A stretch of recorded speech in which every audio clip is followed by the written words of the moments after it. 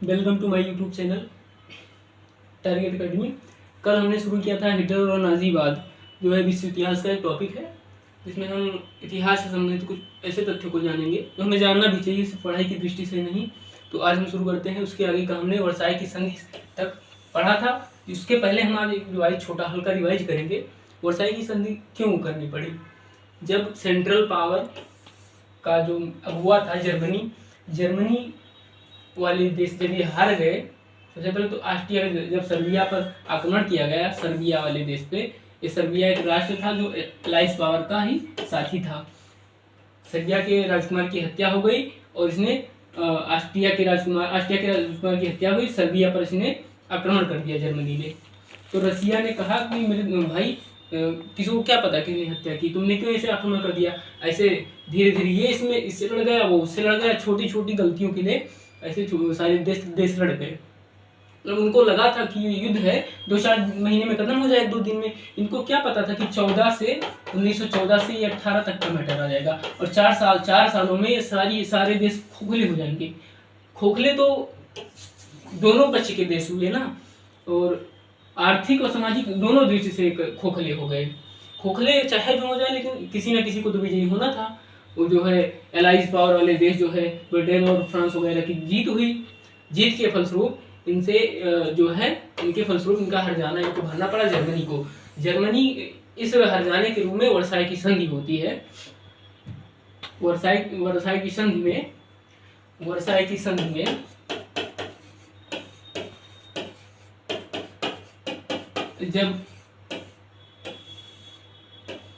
जब जर्मनी वाले देशों की हार होती है, तो वहाँ का जो राजा है वो सब कुछ छोड़ के भाग जाता है। फलस्वरूप वहाँ पे एक छोटा मोटा है वाइमर जगह है, वहाँ पर एक गणराज्य की स्थापना की जाती है, गणराज्य की, जो कि इस वर्साई की संधि में हिस्सा लेता है।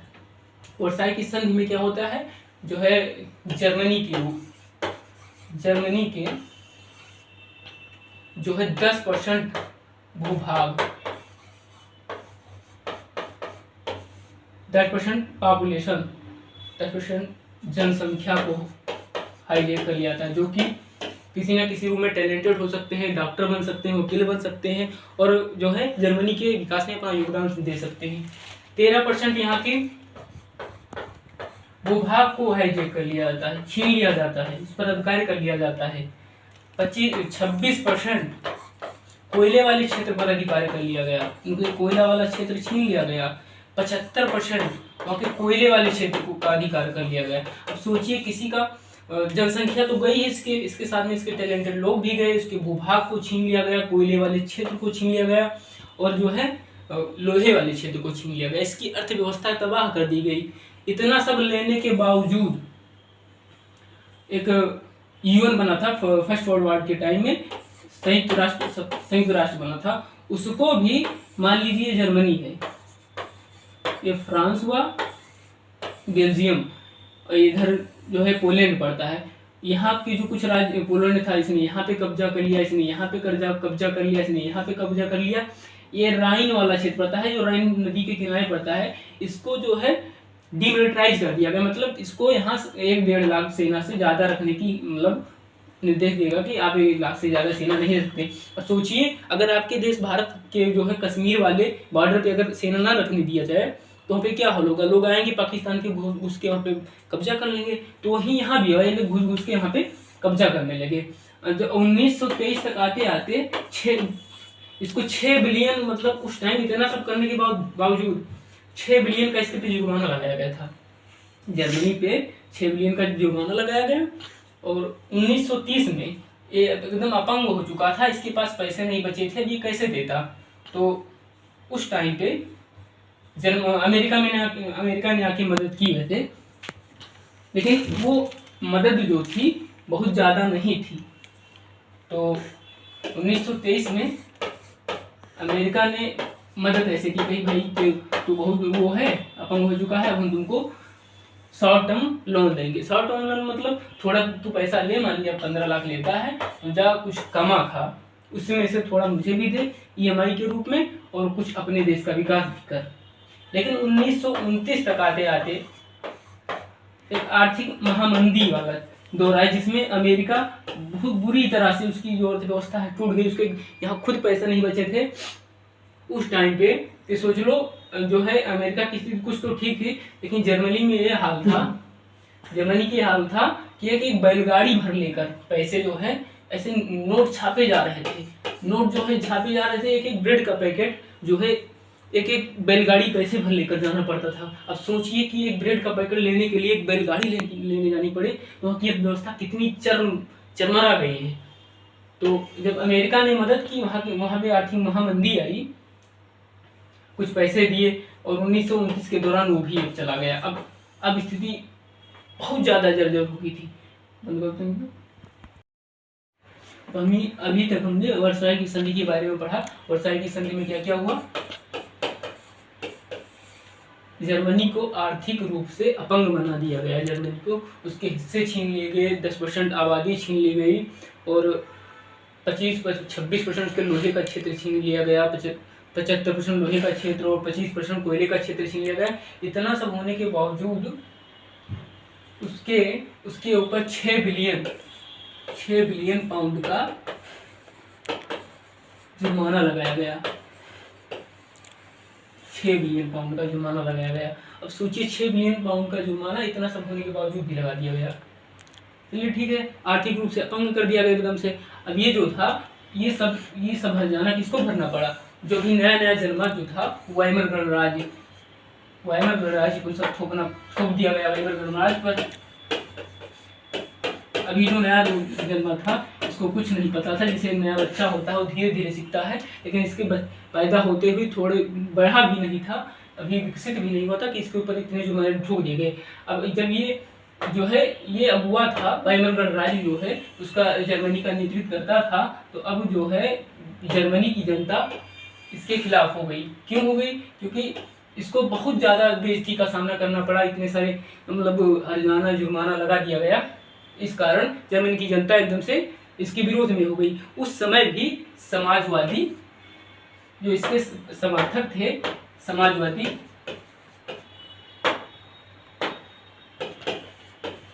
और कैथोलिक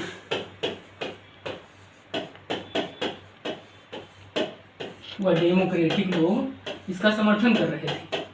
इसका समाजवादी, कैथोलिक और डेमोक्रेटिक लोग इसका समर्थन कर रहे थे, क्योंकि जो है अब ये जो समर्थन कर रहे थे, इसके ही स्पार्टासिस्ट नाम का एक संगठन था जो इसके समकक्ष में ही था, जो वाइमर गणराज्य था इसके समकक्ष में ही था। अब इसके जो समर्थक थे समाजवादी, कैथोलिक और डेमोक्रेटिक, अब इन लोगों को ये स्पार्टासिस्ट लोग इनको क्या कहते थे? नवंबर का अपराधी, क्योंकि जो वर्साई की संधि हुई थी वो नवंबर में हुई थी, और जो वर्साई की संधि में जो वो थोपे गए थे जुर्माने और हर्जाने थोपे गए थे वो नवंबर में ही थोपे गए, इसलिए इन सबको ये नवंबर किलर कह के पुकारते थे और उनकी हंसी उड़ाते थे। अब सोचिए कि क्या होगा, मतलब जो उनकी जो समाजवादी हैं, थोड़ा समर्थन कर रहे हैं, उनको हम नवंबर किलिंग करके पुकारेंगे। उसी समय एक विचारधारा पनप रही थी, राजनीतिक रेडिकलवाद।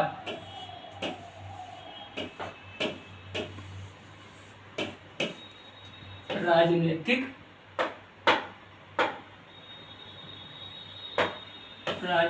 रेडिकलवादी, पॉलिटिकल रेडिकलस, राजनीतिक रेडिकलवादी जो क्या होते हैं वो तुरंत मतलब आमूलचूल परिवर्तन की चाह रखते हैं, और कुछ ऐसे होते हैं जो धीरे धीरे काम करते हैं। मतलब अगर इनको ले लिया जाए तो एक तरफ जहाँ समाजवादी को लिया जाए और दूसरी तरफ एक तरफ पार्टियों में रहते कम्युनिस्ट टाइप के, ये तुरंत परिवर्तन चाहते थे, लेकिन तुरंत परिवर्तन कहीं संभव नहीं था। अब जब ये लोग जब समर्थन ये भी छोड़ के चला गया, स्पार्टासिस्ट भी हार गया, स्पार्टासिस्ट को हरा दिया वाइमर गणराज्य ने। यहाँ के जो सैनिक थे जो लड़ाई में वाइमर गणराज्य के टाइम पे लड़े थे, उसके जो तरफ से सैनिक थे उनको जो कहते हैं वाइमर गणराज्य की तरफ से लड़े थे, उनके करीब वो लड़े थे, उनके एक नाम दिया गया था जर्मनी की तरफ से लड़ने वाले सैनिकों को फ्री कॉर्प्स नाम दिया गया था, फ्री कॉर्प्स। इन्होंने मिलकर इनको हरा दिया। अब हराने के बाद में क्या होता है, जब रेडिकलवादियों को हरा दिया, हराने के बाद में इनके ऊपर अब सबसे बड़ी समस्या ये आ गई, अब किसी तरह जब कोई रास्ता नहीं बचा तब इनको जरूरत पड़ी कि अब इनका अगुवा कौन होगा। जब इतनी बुरी परिस्थितियों से गुजर रहा था, उसी समय जो है उस समय अमेरिका ने आके मदद की। अमेरिका ने आके मदद की इसकी, 60 टर्म लोन दिए। उसी में दावा से व्यक्ति थे, दावेस प्लान लाए, दावेस प्लान, जिसमें अमेरिका द्वारा जर्मनी को छोटे मतलब 60 टर्म लोन देने की हिमायत की गई कि बेटा जाओ कमाओ, इससे कुछ कंपनी लगाओ, फैक्ट्री लगाओ, और कुछ जर्मनी को दो, मतलब कि जो है फ्रांस को दो। जो वर्साई की संधि में जो समझौता हो गया था कि आपको 6 बिलियन का जो है खजाना देना है, उसी तरह 6 बिलियन आप उनको देंगे और थोड़े थोड़े पैसे हमको भी दिया करना। अब ये फार्मूला जो है तब गड़बड़ हो गया जब ये 1928 तक धीरे धीरे ग्रो कर रहा था। जर्मनी जो है 1928 तक धीरे धीरे ग्रो कर रहा था, लेकिन बात जब बिगड़ी जब 28 के अगले साल 29 में अमेरिकी मतलब द ग्रेट मंदी आ गई। जर्मनी में मंदी आ गई, जर्मनी में अमेरिकी मंदी से बहुत तगड़ी मंदी आ गई।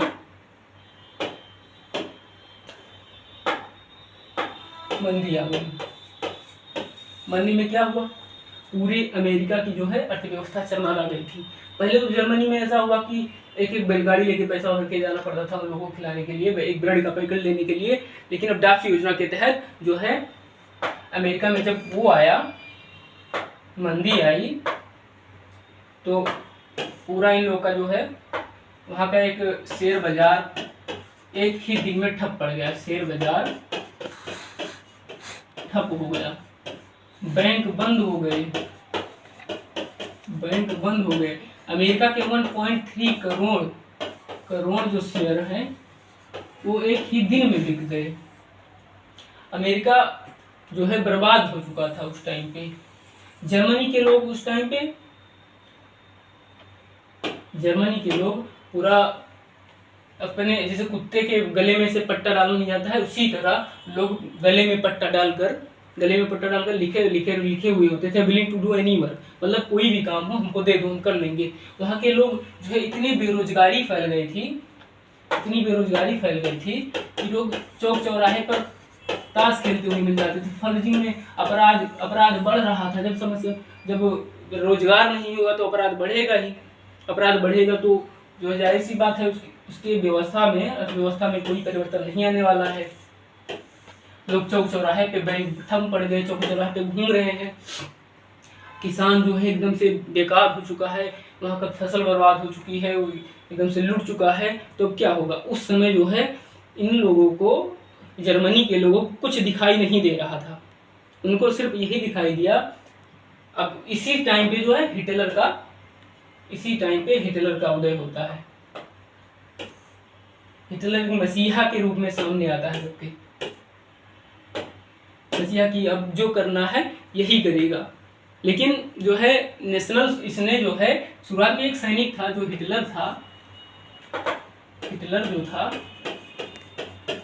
इसने जो है वर्साई की संधि देखी हुई थी, जो कि पलबला गया था इसको देखकर इसको, और जो है वर्साई की संधि में हुए और उसके पहले 1914 से 18 के बीच में हुए उसके साथ समझौतों में जो उनके साथ बुराइयां की गई, इनको मतलब मारा गया, काटा गया, और विविध प्रकार के जो प्रतिबंध लगाए गए उसको देखकर एकदम से गुस्से से लाल था।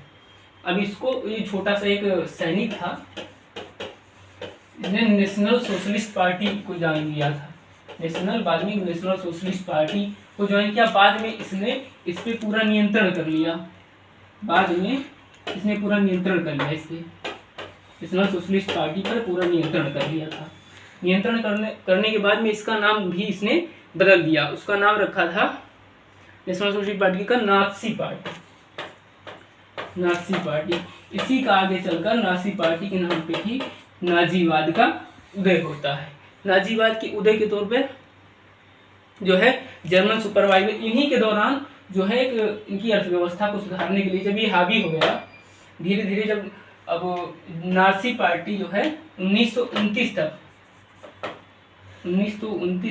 इनके 1929 तक इनको जर्मनी के उद्धार का एकमात्र जरिया दिख रहा था हिटलर, जो कि 1929 में चुनाव लड़ा, जिसको मात्र 2 से 3% वोट मिले, इसी पे सिमट गया।